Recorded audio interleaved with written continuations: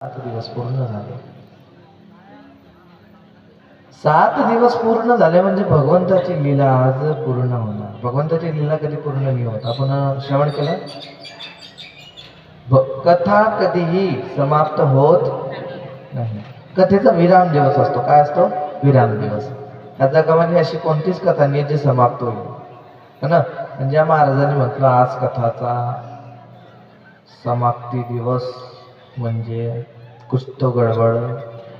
आता पोलीस आली म्हणे निघून जाते बरं का. आता पोहताना महाराज जाऊ. कथेचा आज विराम दिवस. काय आहे? विराम म्हणजे आज आम्ही कथाला इथे विराम देऊ आणि पुन्हा त्या वर्षी आम्ही या कथाला पुन्हा प्रारंभ.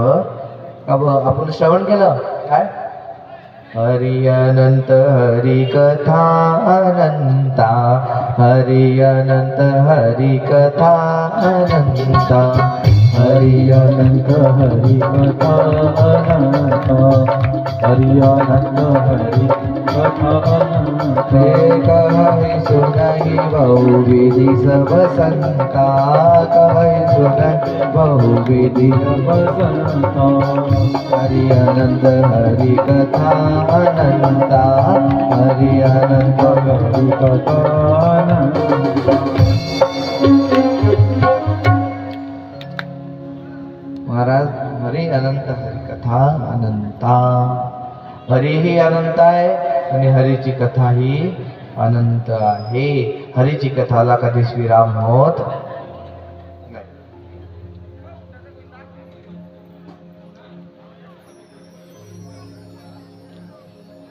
आज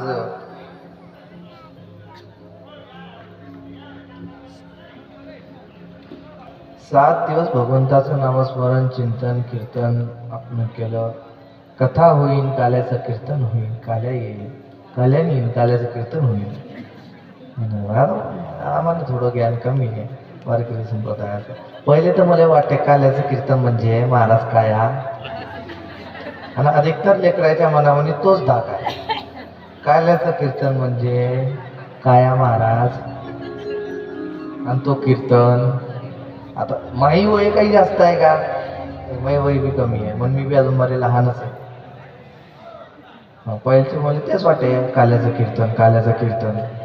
आणि मग कीर्तन आले भुराबस महाराज आहे. मी विचारत पडे काल्या कुठे गेला. मी मामा विचारात पडून जाय. म्हटलं आता हे काल्याचं कीर्तन, काल्याचं कीर्तन, काल्याचं दिखतच नाही, भुरा भुरा दिखतो नुसता. बाद मी मालूम पडलं काल्या म्हणजे ह्या आधी बसेल, ह्या काल्या ह्या आमच्या व्यासपीठावर बसेल, गेले म्हणता काल्या. म्हणजे कन्हैया, सावरा, सावला, है ना, नटवर नंद मुरारी, गिरधारी.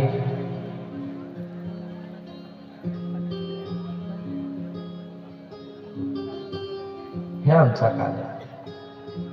म्हणजे भगवंताची लीला समाप्त झाल्यावर भगवंत नटकी फोडाचा कार्यक्रम करतात. तिथं जिथलेही कार्यकर्ता आहे सगळ्यांना निवेदन आहे, कोणीही आवाज जोरात करू नका, शांतिकन आपलं काम करा, है ना. सगळ्यांनी आपलं आपलं काम शांतीनं करा. आणि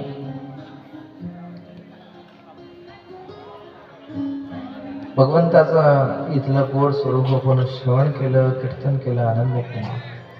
7 दिवस झाले तुम्ही तुमच्या घरी चालले जाणार, मी माझ्या घरी चालला जाणार. पण एक गोष्ट सांगतो तुम्हाला, अनेकार्थ श्रीमद भागवत कथा ऐकसा. टीव्ही चालू केली, भागवत आहे, बरोबर आहे की नाही. गावोगावी भागवत होते. बाकी जिथंही काही ज्या महाराजांच्या मुखातून ऐकसान, एकाधिक 7 दिवस जर तुम्ही 7 दिवस महाराजांनी जे जे सांगितलं ते आपल्या जीवनात नाही उतारू शकता, ठीक आहे. 5 दिवस जे जे सांगितलं तेही उतारू शकता, नाही, ठीक आहे. बाकी 1 दिवसाच्या, 1 घंट्याच्या, 1 तासाच्या कथेवरून 1 मिनिट जरी महाराजांना काही चांगली गोष्ट, काही तुमच्या जीवनात उतरणारी गोष्ट जर सांगली असली ना, तर ते एक गोष्ट तुमच्या जीवनात नक्की उतारा. तिच्या मागचं कारण काय? जर या भागवत सप्ताह म्हणून तुम्ही भली दक्षिणा द्या नको द्या, काय या बसा ऐका, कोणी तुमच्या घरी मागायला येत नाही आहे. बाकी मनावर नको घ्यायचं, तरी बी द्यायचा दक्षिणा. हो किरदवाले बरे नाही बाबा, मनावर घेऊन घ्या गोष्टी.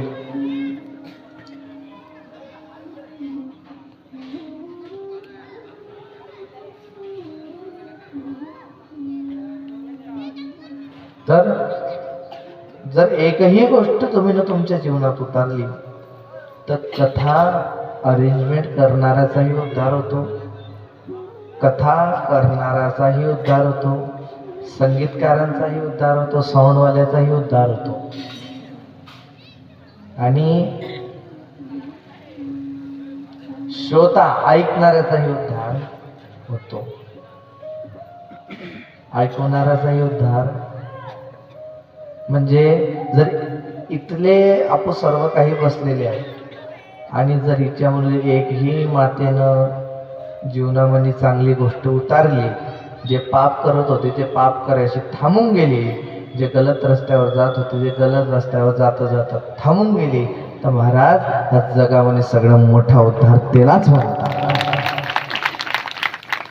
याच्या कारण कोणाच्या कथेतून घ्या की नको घ्या, माया कथा म्हणजे ज्ञानाचा भंडार भरपूर असतो, लयच काही गोष्टी असतात. याच्या कारण 7 दिवस तुमच्याशी वार्ता केली, 7 दिवस अनेकार्थ तुम्हाला उदाहरण दिले, संतांचे उदाहरण दिले, महात्मांचे उदाहरण दिले. आणि एक गोष्ट सांगू का, ज्यांनी ज्यांनी माझ्या जवळून दीक्षा घेतलेली आहे ना, त्यांनी नेहमी आपला तिलक धारण करावा रोज. जर तुमचे गुरु परंपरेचे तिलक असतील ना, त्यांनी धारण करावा. का, आता मी एक गोष्ट उदाहरण एक सांगतो तुम्हाला. हे जगातले जे लोक आहे ना, हे तिलक लावणारा हसता की नाही हसता? मग तुम्हीच हसता का? हसता तर म्हणजे त्यांनी तिलक लावलेला आहे. अरे एवढी दूर परिस्थिती येऊन गेली आहे की बायांना, माय मौलांना सकाळची 5 वाजताची अजान चालते काय, बाकी हनुमान मंदिरावरचे भोंगे लागताना त्यावेळेस बायाले ते बी चालता नाही काय. फास्ट टाइमची जे आता जे आहे ते आहे, बरंच आहे, हो हा हॅलो सगळं चालते. आदत पडली ना, मग थोड्या दिवसाकन बाकी लयच काही असतं. हर गावाले असतंच, तिकडे मंदिरावर भोंगे लागले ते उतारायला येऊन जातात. काही नाही आवाज जास्त येतोय, नाही असं नाही तसं. अरे त्या भोंगे म्हणे, त्या स्पीकर म्हणे काही गलत गाणे वाजताय का? भगवंताचेच भजन वाजताय ना. आणि त्यासारख्या अपवित्र, त्यासारख्या पापी स्त्रीच्या कानामध्ये जात आहे म्हणजे तिया उद्धार होतोय की नाही? बाकी त्या बाईच्या अंगामध्ये जो कलयुग घुसेल असतो, माणसाच्या अंगामध्ये जो कलयुग घुसेल असतो, तो काय करतो? तो म्हणतो भोंगे उतार. याच्या कारण जे लागलेले ते राहू द्या, काही पूर्ण दिवस कोणी वाजवत नाही, संध्याकाळी आणि सकाळीच वाजता. तर कोणीही अशा गलती करू नका. जे तिलक तुम्हाला मी दिलेला आहे, संप्रदायाचा तिलक दिलेला आहे, रोज तसा तिलक लावा.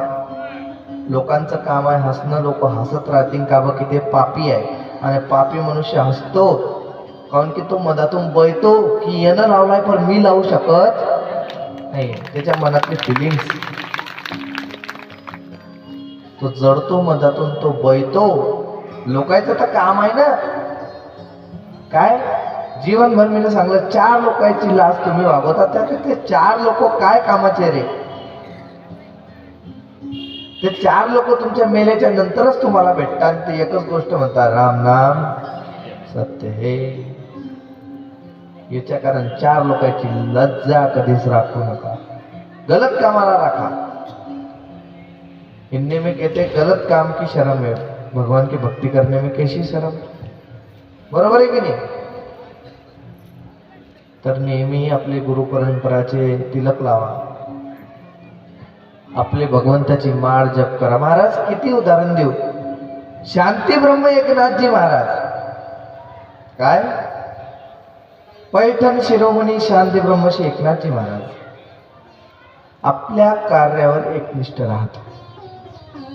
महाराज एक दिवस सगळ्यांनी योजना बनवली, म्हणे हा एवढा शांत स्वभावाचा आहे, याच्यावर जर हसले, याच्यावर जर अत्याचार केला तर ह्या भक्ती सोडून देईन. ह्या त्याचा नियम तोडून तुम्ही एक दिवस टीका लावता आणि तुमच्यावर कोणी जर असं बोललं की दुसऱ्या दिवशी टीका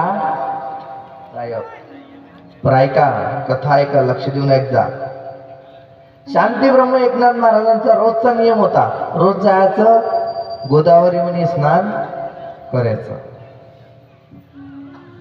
महाराज योजना बनवली. गावातला जो पान खाणारा होता, टपरीवाला पानवाला, त्याचं नाव काय होतं? हा जे बी काही असे होतं, बस आपल्याला काय केलं, आपल्याला आपल्या देवताचे नाव होतं, तुम्हाला याद नाही होता, त्याचं करून काय करसान. होता पान खाणारा होता. त्याला सांगलं जाय एकनाथ महाराजांना दोन येतील, तुम्ही एकनाथ महाराजाला अशुद्ध करायचं. बरोबर की नाही? हा, तो बसला, हे डब्बावर पान घेऊन बसला. बरोबर. एकनाथ महाराजांनी स्नान केलं, विठ्ठल विठ्ठल जपत जपत येत होते.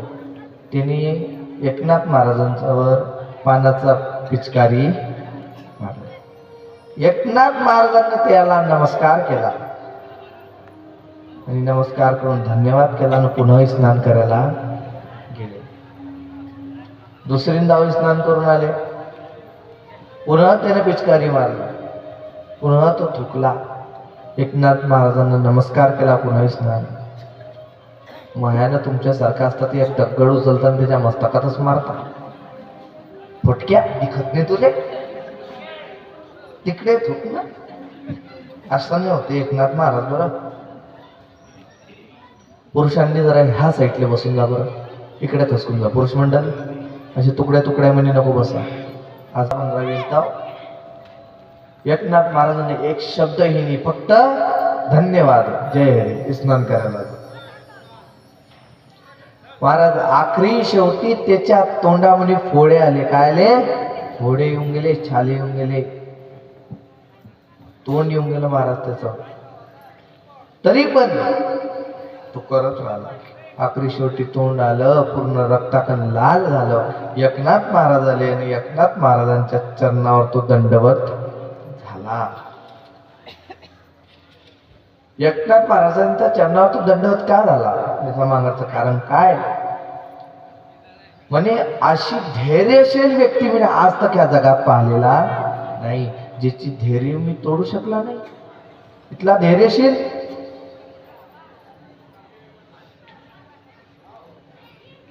इथला धैर्यशील माणूस. आणि भगवंत मीने किती महापाप केलं मला यांनी सांगितलं होतं. पण एक गोष्ट विचारू का, तुम्ही एकदाही मला का काही नाही बोलले? एकनाथ महाराजांचं उत्तर ऐक जा, लक्ष देऊन. अरे म्हणे तुनं काही पाप नाही केलं. काय? तुनं काही पाप नाही केलं. म्हणे कसं? मी तर किती मोठं पाप केलं, संतावर थुकला म्हणे. अरे म्हणे आज तुझ्या कारण मला इथला धाव माता गोदावरीचे स्नान, नेहमी मी एकच धाव स्नान केले, पण आज तुझ्या कारण मला 20 ते 25 ते 30 धाव माता गोदावरीचे स्नान करायला मिळलं. म्हणजे हे माझं पुण्य झालं, हे तुझ्यामुळे झालं. तुला पाप नाही, तुला पुण्य लागलं. अरे महाराज शिष्य बनून गेला एकनाथ महाराजांचा, चरण सेवक म्हणून गेला एकनाथ महाराजांचा. असा संत ह्या जगात ना होताना कधी ह्या सगळ्यात येणारही असे शांती ब्रह्मश्री एकनाथ महाराज. बोलो शांती ब्रह्म एकनाथ जी महाराज की जय हो. आता या कथेची पूर्वची कथा माझी तिथंच होती पैठणला. 1 तारखेपासून पैठणला कथा होती बाबा. खूप आनंद आला त्या पैठणच्या कथेमध्ये. आणि आता आगामी जे कथा आहे माझी, आता हे कथा तर झाली. आता लयच काही असता की महाराज तुमच्या कथेपासून हे झालं ते झालं अमकं झालं ढमकं झालं. आगामी कथा 15 मार्च पासून, किती 15 मार्च, आगामी कथा की दिनांक है 15 मार्च से 21 मार्च तक. और वो कथा है 40 गांव में. कहाँ पर है? हाँ, 15 मार्च से 21 मार्च तक की कथा है, 40 गांव में है. और उस कथा के यजमान श्री सुमिता ताई धवाड़ी, स्मिता ताई है. और वहाँ पर भी श्रीमद् भागवत महोत्सव कथा का आयोजन किया जा रहा है. और उसके बाद में पुनः महाराज तुम्ही सगळे विचारता ना कधी येणार कधी येणार, तर तुमच्याच ग्राममध्ये कब से कथा है? 13 मे पासून ह्याच गावामध्ये नेहतेवाडा ना, हा नेहतेवाडा, तिथं 13 मे पासून श्री शिव महापुराण कथेचं आयोजन केलेले आहे. तरी सर्वांनी त्या कथेला याचं म्हणजे याचं. तारीख काय आहे? 13. म्हणजे मी तुमचा पिछा सोडणार नाही, है की नाही. तुम कितना भी मुझसे दूर दूर भागो. आपली पहिली रामायण झाली, श्रीमद भागवत झाली, आता शिवमहापुराण. बरोबर, म्हणजे आपल्याला 18 ग्रंथ कंप्लीट करणे आहे. ह्या गावातला रेकॉर्ड की एकाच महाराजाने एका गावामध्ये 18 पुराणाची कथा संपूर्ण केली. पहिलं गाव असं होणार आहे की नाही. तर महाराज जर तुमच्या जीवनात वेळ असला तर 15 मार्चला तुम्ही सर्वही 40 गावला कथा श्रवण करायला या. आता आपल्या कथेला पुढे घेता का? घ्या का? हां, तर हेच सांगत होतो तुम्हाला. सांगण्याचा अर्थ असा होता की रोज तिलक लावायचा है ना, क्योंकि जिसने की शरम उसके फुटे करम, जिसने की शरम उसके फुटे करम. लोकांचं काम आहे निंदा करणं है ना. कलियुगातले किडे आहे, त्यांना हनुमान मंदिरावरचे भोंगे सही होताना त्यांनी काय करायचं? त्यांनी कानामध्ये बोय घालून घ्यायचे.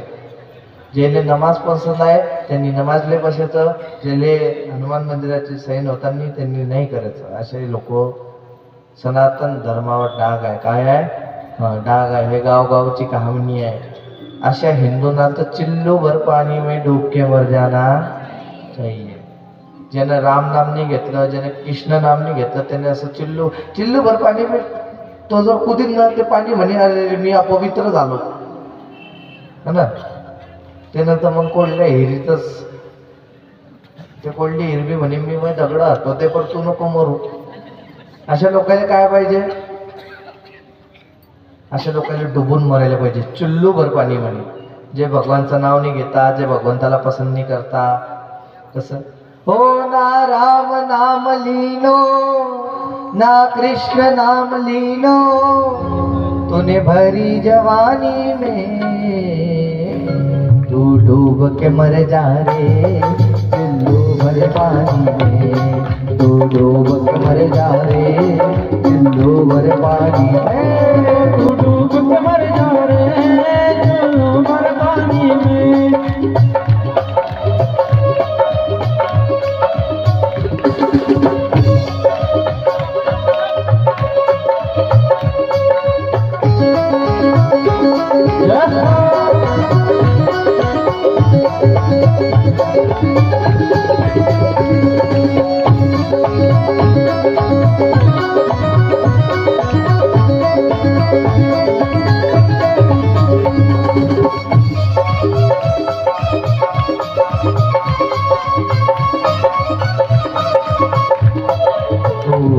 काला तुम्ही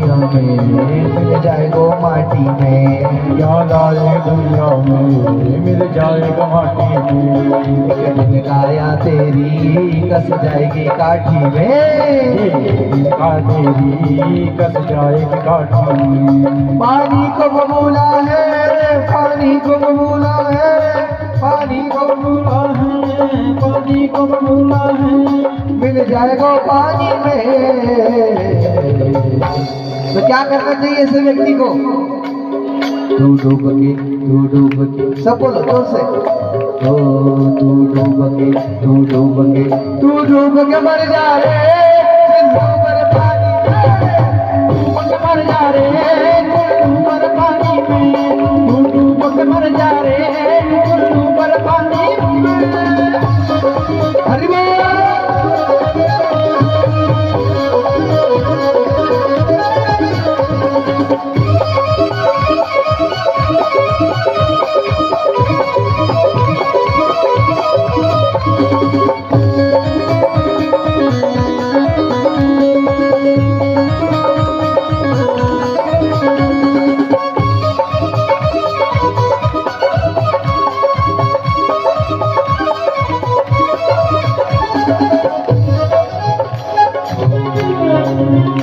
क्या करता मेरा मेरा यहाँ कुछ भी नहीं तेरा, क्या तेरा मेरा या कुछ भी नहीं तेरा, एक दिन होगा भैया तेरा मरघट पे डेरा, भैया तेरे मरने पे डेरा। कुछ कमा के ले जा रे, कुछ कमा के ले जा रे, कुछ कमा के ले जा रे, तू कमा के ले जा रे, ऐसी जिंदगानी में। सभी एक साथ, तू डूब के मर जा रे चलू पर पानी में, डूब के मर जा रे टुल्लू पर पानी में, तू डूब के मर जा रे टुल्लू पर पानी में।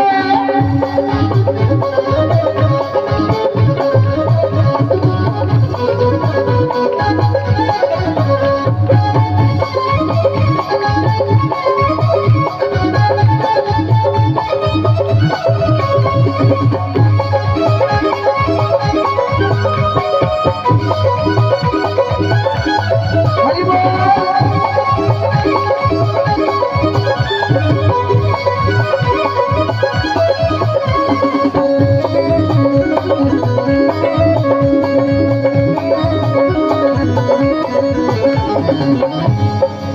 महाराज जीवनभर आपण एक विचार केला की म्हातारपणात जावं आपू भजन करू, बाकी जर म्हातारपणात येणार नाही तर भजन करणार कसं?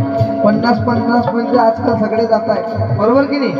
याच्याकरता भजन कधी करावा लक्ष द्या तरुण मुलं सगळे, भजन कर मस्त जवानी में बुढ़ापा किसने देखा है, भजन कर मस्त जवानी में बुढ़ापा किसने देखा है, भजन कर भरी जवानी में बुढ़ापा किसने देखा है, भजन भरी जवानी में बुढ़ापा किसने देखा है।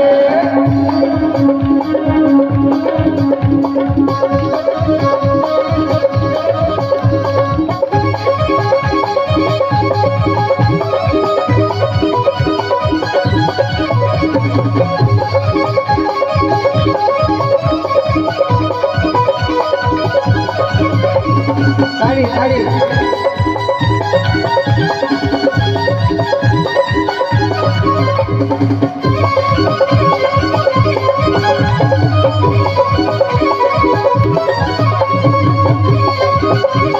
हरि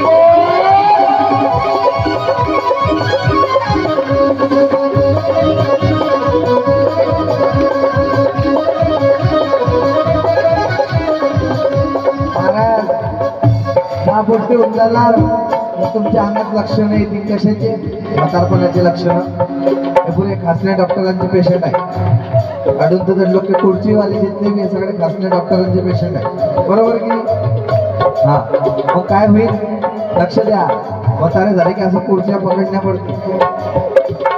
आँख से देख नहीं पाओगे, कान से सुन नहीं पाओगे, पाओगे कान से सुन नहीं पाओगे, आँख से देख नहीं पाओगे, कान से सुन नहीं पाओगे, आँख से देख नहीं पाओगे, कान से सुन नहीं पाओगे, पाँव से चल नहीं पाओगे, कथा तक पहुँच न पाओगे। पाँव से चल नहीं पाओगे, कहाँ तक पहुँच न पाओगे। इसलिए क्या होगा, आँख से देख नहीं पाओगे, कान से जोर जोर, कान से, पाँव से कथा तक पहुंच न पाओगे। तो अब ये प्रॉब्लम का सॉल्यूशन क्या? इसलिए कथा सुन मस्त जवानी में बुढ़ापा किसने देखा है? जवानी में बुढ़ापा किसने देखा है? कथा सुन मस्त जवानी में बुढ़ापा किसने देखा है? आज मस्त जवानी में बुढ़ापा किसने देखा है?